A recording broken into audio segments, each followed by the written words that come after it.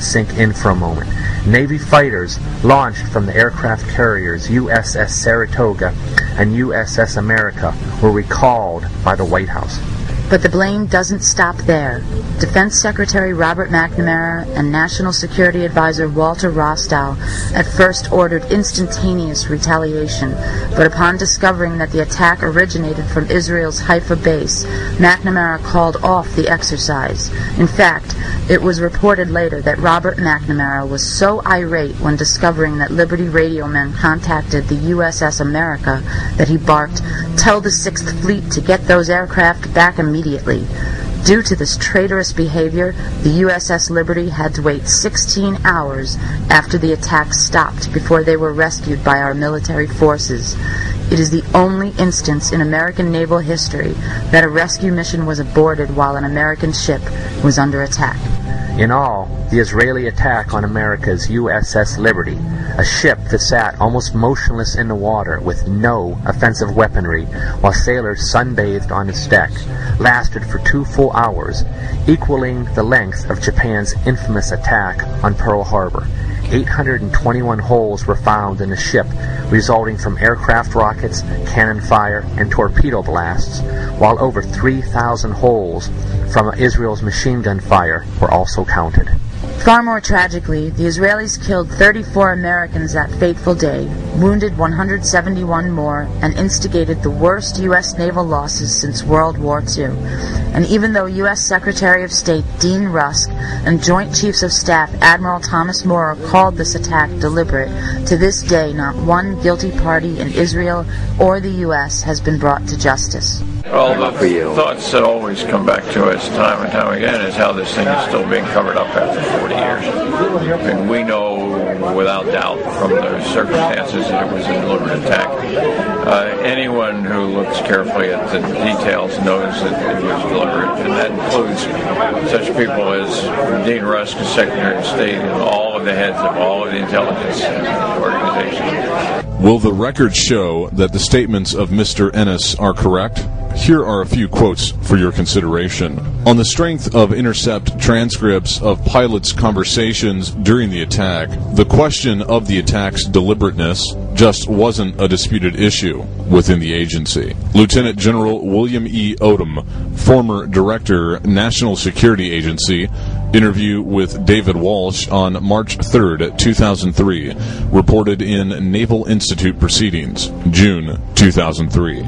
Inman said he flatly rejected the Crystal thesis that the attack was an accident. Quote, "It is just exceedingly difficult to believe that the USS Liberty was not correctly identified, based on talks with NSA seniors at the time having direct knowledge of intercepted communications. No NSA official could be found who dissented from the deliberate conclusion." Admiral Bobby Ray Inman, United States Navy, Director, National Security Agency, 1977 to 1981, reported in Proceedings, June 2003.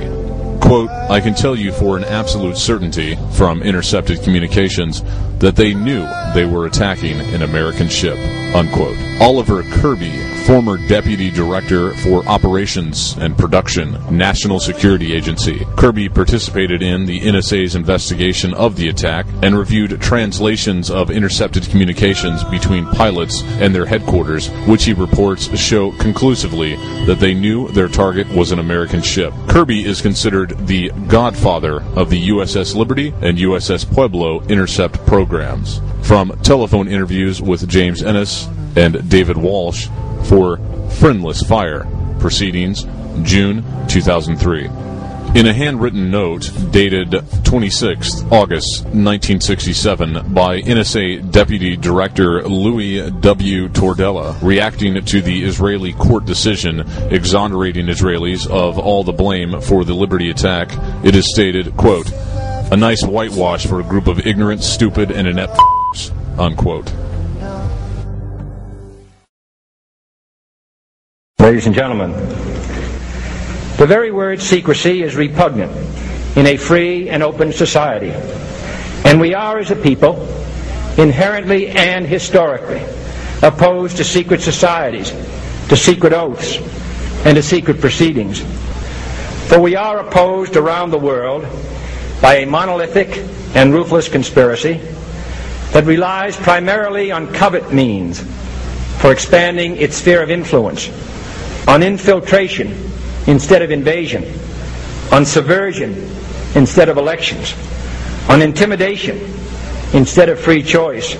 It is a system which has conscripted vast human and material resources into the building of a tightly knit, highly efficient machine that combines military, diplomatic, intelligence, economic, scientific, and political operations.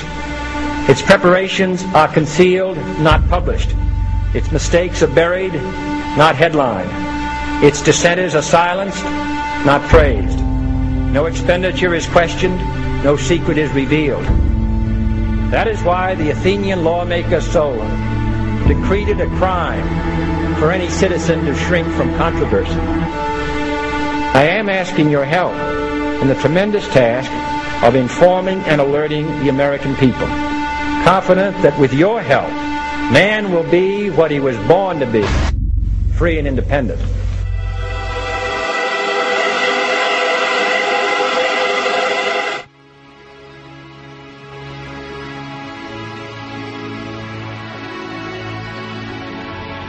By now it seems that we've all been told the many and widely varying theories of the events of September 11th, 2001. The official story of 9/11 presents that a group of extremist Muslim terrorists, known as Al-Qaeda, planned and orchestrated the attacks. Yet others have told us that among the responsible are U.S. President George Bush Jr., U.S. Vice President Dick Cheney, and a variety of other criminal elements in the United States government. These two conceptions are central to the 9/11 story, while there is some argument on the latter side as to how the events took place. Some theories as to the science of the attacks have presented that the impact of two planes and a fire fueled by jet fuel, which is mostly kerosene, brought down 3 concrete and reinforced steel buildings. Those structures would be World Trade Center Building 1, Building 2, and World Trade Center Building 7. Others posit that controlled demolitions were planted in the towers.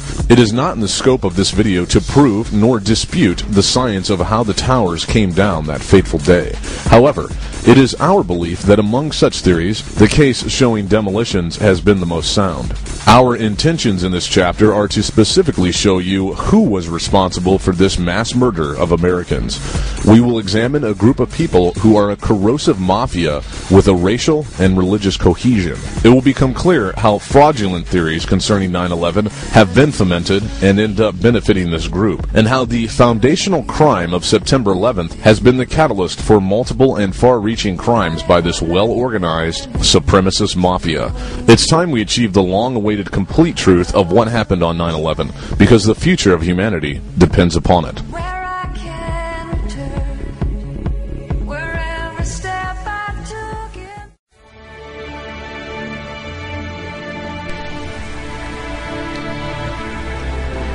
There are 2 documents which are central to understanding the intricate planning for the events of September 11th.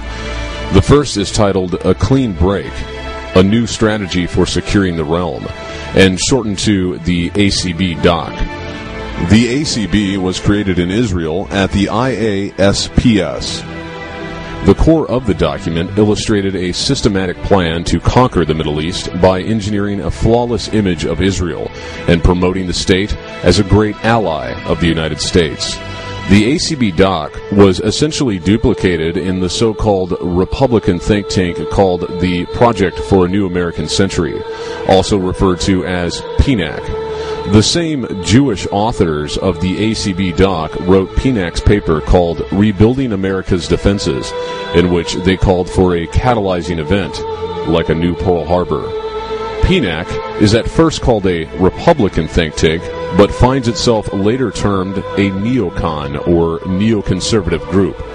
The reality is that neocon is just another layer of the onion that covers up the existence of the Jewish criminal network. So long as they keep calling the network anything other than specifically a Jewish criminal network, then their greatest strength, which is their racial cohesion, goes undetected.